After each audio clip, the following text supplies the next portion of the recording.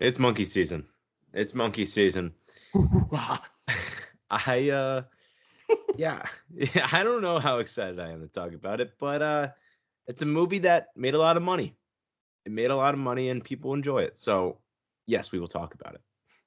Feels really weird how we hailed Godzilla minus one as one of the best movies of 2023, a surprise international smash. And then we have to talk about Godzilla in what I think Adam Wingard has called a buddy cop type of role alongside King Kong, the sequel to Godzilla versus Kong. And Ricky Flex, this was a movie, this is a sequel to a movie that came out in 2021. It was the in tandem release theatrically and on HBO Max. Same thing with Dune Part 1. But similar to what Dune Part 2 did, we have a sequel to one of those films that came out in 2021 and is successful at the box office. I think this is the largest opening weekend for a movie so far this year, beating out Dune Part 2. Is that correct? I don't know. I think it is. Worldwide, worldwide, maybe. I think domestically, it's just below Dune Part 2. Dune Part 2, I think, made $82 million in its domestic box office Yes. opening weekend, $80 million for Godzilla Kong, A New Empire. But I believe it was just shy, Godzilla Kong, of $200 million worldwide, Yeah, which like would beat out. 194. Yeah. So these movies make money, Ricky Flex. You know, part of the MonsterVerse. We keep on expanding. Something that started back in 2014, Godzilla with Aaron Taylor Johnson, Elizabeth Olsen, Bryan Cranston. Then we move on to the sequel to Godzilla. We had Kong Skull Island. We have Godzilla versus Kong. So this is like the fifth movie in the MonsterVerse. Is that correct, Ricky? Yeah, Godzilla King of the Monsters 2 was 2019. So yeah, fifth, I want to say. I guess we could just jump into this, Ricky Flicks. We knew what this movie was. Watching this trailer, we saw the moment that I was waiting for in the theaters, like a giddy 4-year-old. I wanted to see Godzilla jogging next to, right. I want King Kong with Godzilla. You know, butting shoulders, right, taking on the world, Batman and Robin type of situation, more Batman and Superman type situation. This movie delivered on what I expected, but nothing more than that. This movie was dumb. It had zero emotionality to it. Uh, but did I find myself smiling through points? Absolutely. Right. And I think this movie accomplished what it intended to and what it was kind of like telling the audience what it was going to do. But was it a good movie? No. What were your initial reactions? Yeah, like off the top, I did not know Adam Wingard said that because I think one of the comments I wrote down here was this felt like a buddy cop movie. Really? You know? You didn't even know that. Yes. No, I didn't know that. But I did see his comments saying that he has a lot of plans and ideas for the future of the MonsterVerse, and they're not gonna stop. They're gonna keep making them, and he seems like the guy. It seems like they found their tone here. Uh, like 2014, like with Bryan Cranston, Aaron Taylor Johnson, like you said, a lot darker feel to that. I really like that movie. I saw that twice. And that's my favorite still. Going even at, like looking at the out of the five, that's my favorite. Skull Island like had that Vietnam feel, and it was fine. I think it got the job done, and it was good. It was a solid movie.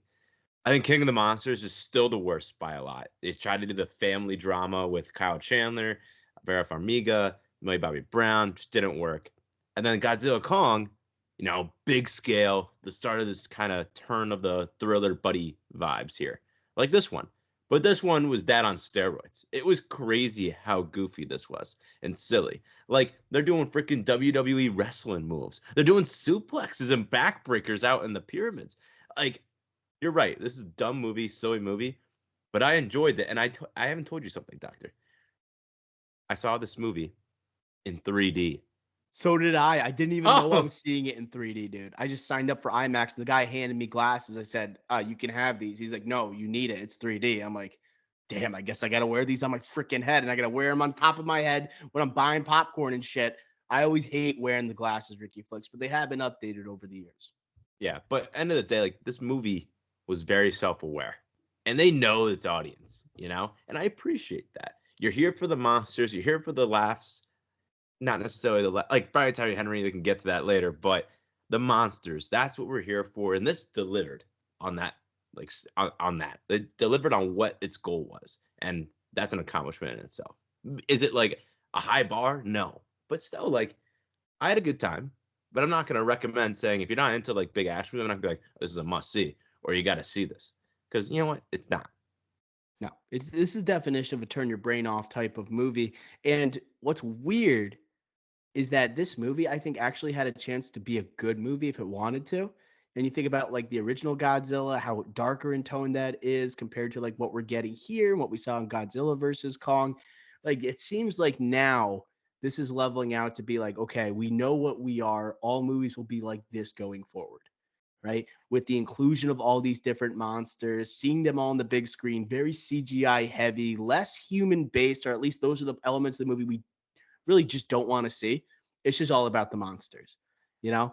And I really thought that if they wanted to take this movie seriously, honestly, you could have just had Kong as the lead of this movie. And he kind of was. He was definitely the heart of this movie. What you could have did or could have done is you could have had this vibe of Kong, almost like Dark Knight Returns Batman. That's what he kind of was in this movie. And if they fully leaned into it, I'd have been like, damn, that's actually a good movie, not just like an entertaining junk movie that we got. Like you had Kong, he's gray, he's aging, he's vulnerable, he's alone on Hollow Earth. You could have had this amazing journey with Kong trying to search for his purpose later on in life, him trying to protect the Earth from creatures from Hollow Earth, him becoming a father figure to baby Kong. You could have done something so awesome with that type of story. And you might have seen that earlier on in the MonsterVerse, but now it's grown to a point where the last movie was Godzilla Kong. And you know, Godzilla is the one that really drives the box office. You have to include him in this. He's going to feel like he's not even a part of this movie, but you're going to show some lackluster scenes with him in pink garb, right? Pulling off his Caleb Williams, you know, doing his thing, sleeping in the Coliseum. But honestly, if you wanted to make a really good movie, you would really eliminate most of the humans in this movie. Maybe keep the one that the little girl who telepathically communicates with Kong and can talk with him. Maybe. Eh. But honestly, you could have just had Kong go on this journey. And honestly, I would have even eliminated Godzilla because Godzilla just doesn't want to be bothered anyway. What There do you think wasn't a about lot that? of Godzilla in this. Like it was him like going to Antarctica, fighting a monster for like 2 seconds. They didn't even show the whole thing, That and was then terrible. sleeping in that pod, and then twice he's using the Coliseum as a dog bed. Like it's I don't know. Like we barely got Godzilla here, and I totally agree with you. I think the actual Kong parts were the best parts, besides the obvious action sequences why we're there. But this movie would have been better without humans. Yeah. This like the humans were only there to try to explain all these different elements going on. You know, they were only like exposition dumps. And then they try to do this Rebecca Hall, little girl, mother, like where's your place, you know, finding your identity or finding your place or whatever. It, not good. It was not good.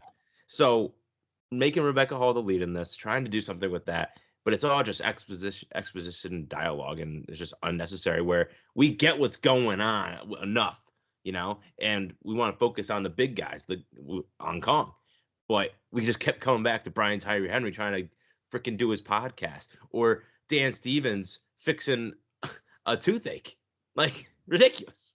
Think about the team that they assembled. You have like the person who's running, I think what the acronym is MESS or like that abbreviation, where it's like the government operation that's what looking over Hollow Earth and also monitoring all these different Titans. It's like Rebecca Hall who's running it. And then it's this little girl who has a connection with Kong. It's got a podcaster with Brian Tyree Henry, and then a Titan veterinarian. What a ridiculous group of people to have on Hollow Earth that like the people are depending on to keep them safe. That just told you how ridiculous this movie was going to be. You knew how ridiculous it was going to be when you have Dan Stevens like mouthing or lip singing words as he's cruising down to take care of King Kong's toothache. You know, you just knew how absurd this movie was going to be. And honestly, the Brian Tyree Henry thing, I love Brian Tyree Henry, and I thought he was really funny in this movie. But like the only reason you're here is like, oh yeah, he was in the other movie. There's connection MonsterVerse wise to this movie, and he was someone that people liked in that movie, a human that was like audiences really responded to. Let's bring him back here. And it's just really cringy when you have like, okay, we're discovering the first ever civilizations, and who is there to like be there? It's a podcaster, it's really who's living across from a Chinese restaurant on the third story of some apartment. It just felt weird to have him there. Honestly, I agree with you. Like, just get rid of the humans. I think you could really get the gist of the story without actual humans communicating. Like the You whole know, gravity stunt thing, like didn't even need that. At the end of the day, it was stupid. Like that was dumb because you let the monsters go to Earth. You like let them go in the portal. You raised them up. Like why did you, they do that? That you, still doesn't make sense to me. you could still have Mothra in this story. You could still expand the MonsterVerse. Like, you could still notice, oh, Mothra, she's an angelic figure, right? She's not someone that's physically as imposing as Kong or Godzilla, but a creature that everyone respects and can certainly, right? Like, she was kind of responsible for making sure Godzilla and Kong don't destroy each other. Okay, or make sure Godzilla doesn't kill Kong, and then also like Mothra saving the humans and everything.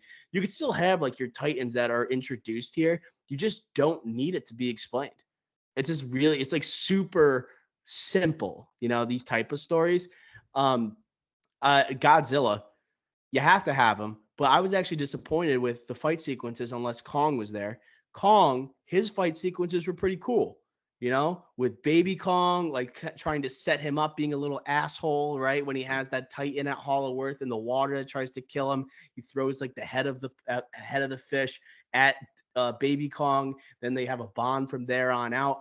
The Godzilla, like, he goes to Antarctica and it's such a lackluster fight.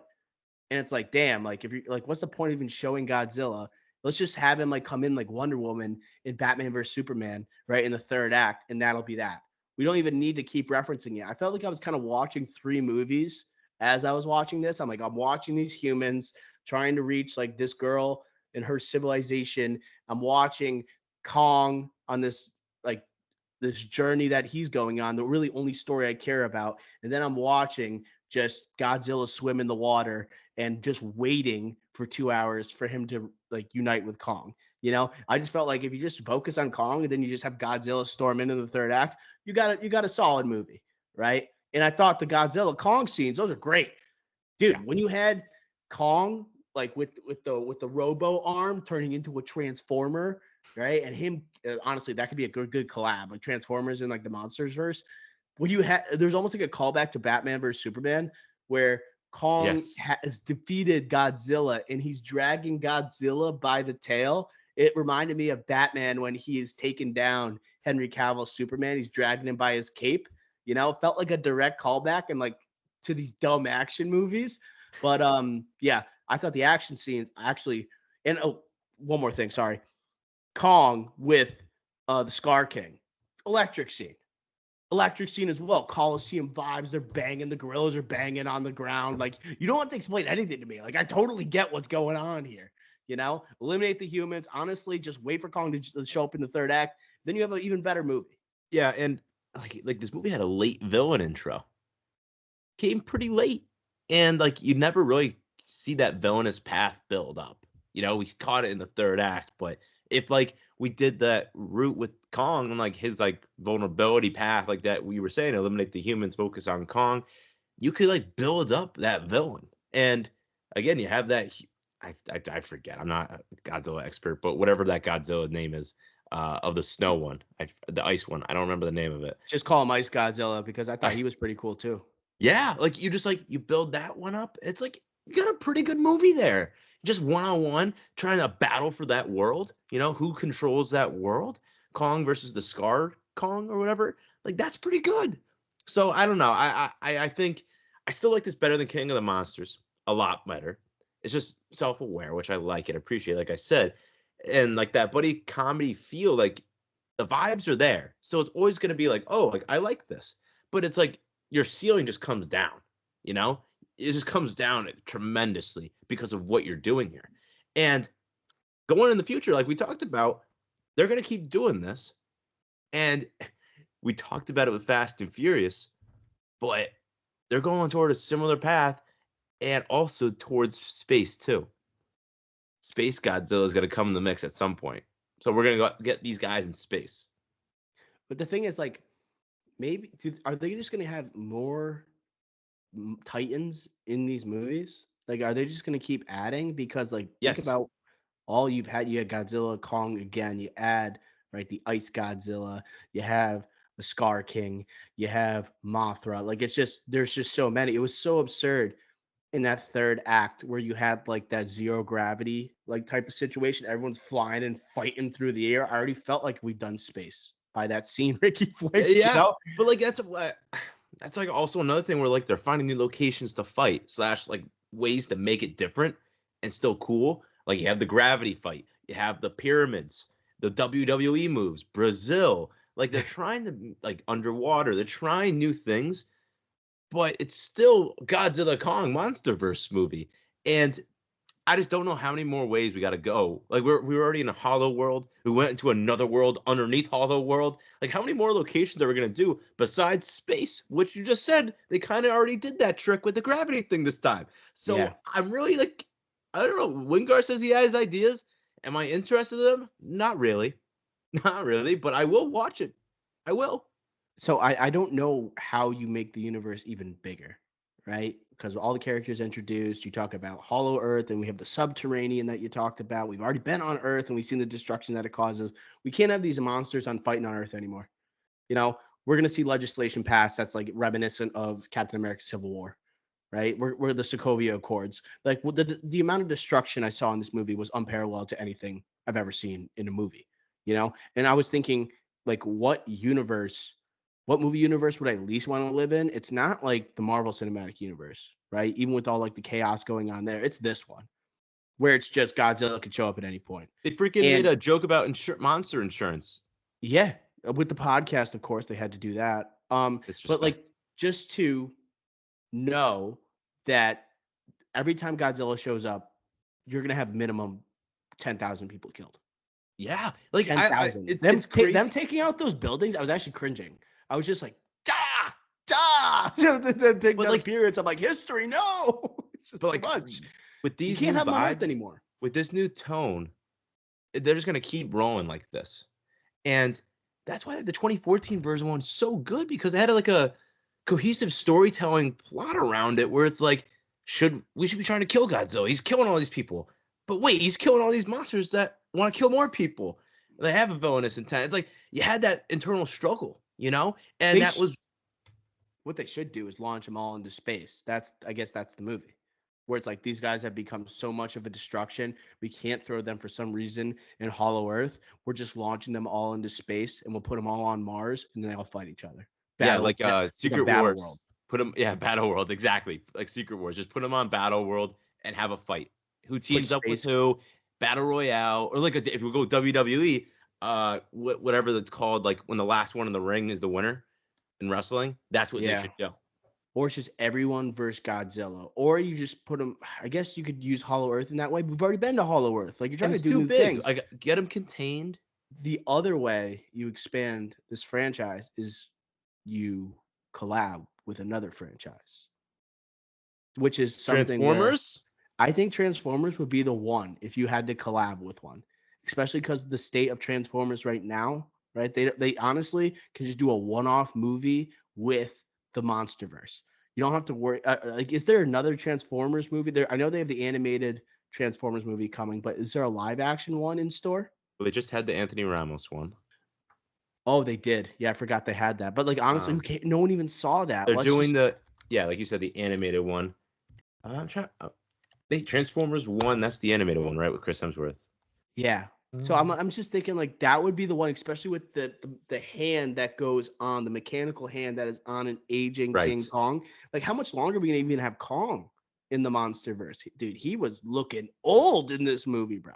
Do they pass the baton? Go a few years, like I don't know, like let's say 10 years in the future.